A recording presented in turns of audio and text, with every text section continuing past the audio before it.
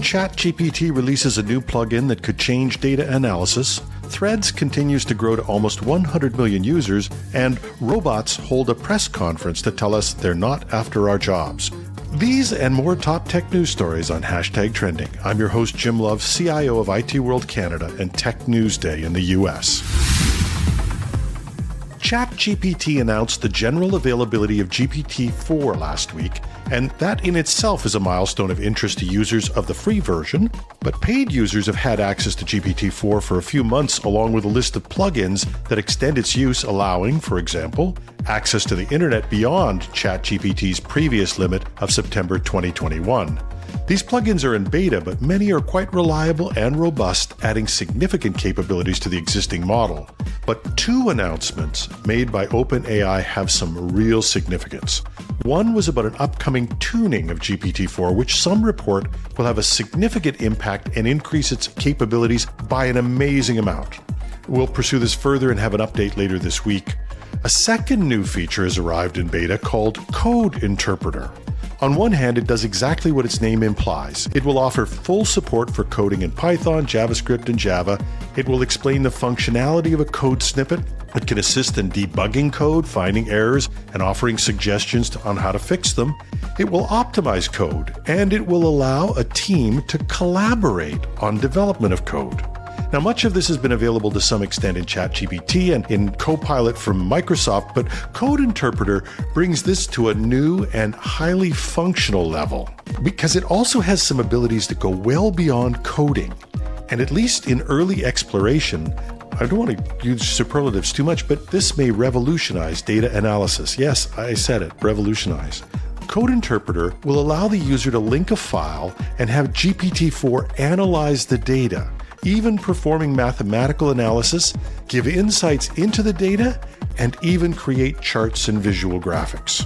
The data supplied to it need not be formatted and can even come from documents like PDFs.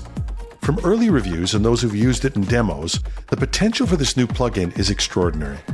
Our own analytics team will be diving into this more, and we'll have some more news in itworldcanada.com. Mark Zuckerberg's new Twitter killer continues to grow. According to various sources, the new social media program had the fastest initial growth of any application in its first hour, beating even ChatGPT. Over the weekend, Threads reached 100 million users signed up, a feat that took Twitter over 4 years to accomplish. Zuckerberg has promised that this would be a kinder and gentler social world than Twitter. Now that's going to present a challenge, as there have been reports of right-wing groups migrating to Threads, and how well that is managed will be challenging, especially as Threads also plans to open itself up to the network of other social media servers referred to as the Fediverse and representing networks like Mastodon and others. But Zuckerberg said, "We're definitely focusing on kindness and making this a friendly space." He said this in response to an early Threads user this week. The goal is to keep Threads friendly as it expands. And with 100 million users, that message is definitely taking root. Elon Musk's response to this, however, in a tweet was, "It's infinitely preferable to be attacked by strangers on Twitter than to indulge in false happiness of hide the pain Instagram." Really? Guess that explains a lot.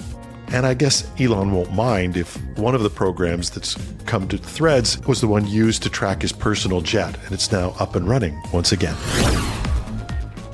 And for those who thought Europe was a bastion of privacy, a new bill has been passed by the government of France which permits police access to an individual's phone camera and GPS. The French publication Le Monde reported that under the new bill, police can activate cameras and microphones and take audio recordings of suspects. Supporters claim that the bill will only apply to suspects in crimes that have a minimum sentence of 5 years, and French Justice Minister Éric Dupond-Moretti claimed that this would only affect a few dozen cases per year. Despite that, some groups are expressing concerns about the potential implications on individual privacy. For organized crime, the police can have access to the sound and image of a device, and this concerns any connected device, a telephone, speaker, microphone, computer, camera, computer system of a car, all without the knowledge of the person's concerns, according to French advocacy group La Quadrature du Net, who object to what they refer to as accepting the very principle that they are transformed into police auxiliaries without our being aware of it. In what might be termed the world's first human-robot press conference, 9 humanoid robots were brought together for the UN's AI for Good conference in Switzerland. The organizers used a unique format to make the case for using AI and robots to help solve some of the world's biggest challenges, such as disease, hunger, social care, and climate emergency, according to a report in The Guardian.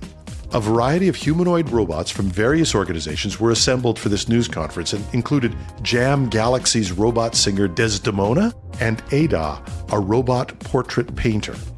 It's not clear whether the robots were scripted or answering questions on their own, but reporters were asked to speak clearly and allow for a delay in responses. And, interestingly, 2 of the robots disagreed, with Ada agreeing with the need for more regulation and Jam Galaxy stating she didn't believe in limitations, only opportunities, to what was reported as nervous laughter in the room. The good news is the consensus from the robot panel is they're not here to take our jobs, and they want to collaborate with humans to make effective synergy, which is what will happen when humans and robots work together. Well, I don't know about you, but now I'm reassured. And that's the top tech news stories for today. Hashtag Trending goes to air 5 days a week with a special weekend interview episode called Hashtag Trending the Weekend Edition. You can follow us on Google, Apple, Spotify, or wherever you get your podcasts. We're also on YouTube 5 days a week with a video newscast, only there we're called Tech News Day.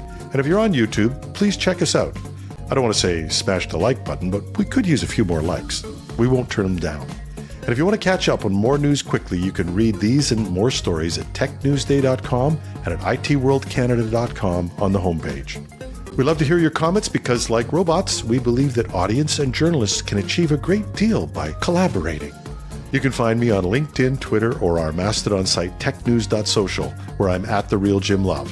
And if this is all too much to remember, just go to the article at itworldcanada.com/podcasts, and you'll find a text version with additional links and references. You click on the X if you don't like the stories, you click on the check mark if you did, and you tell us what you think.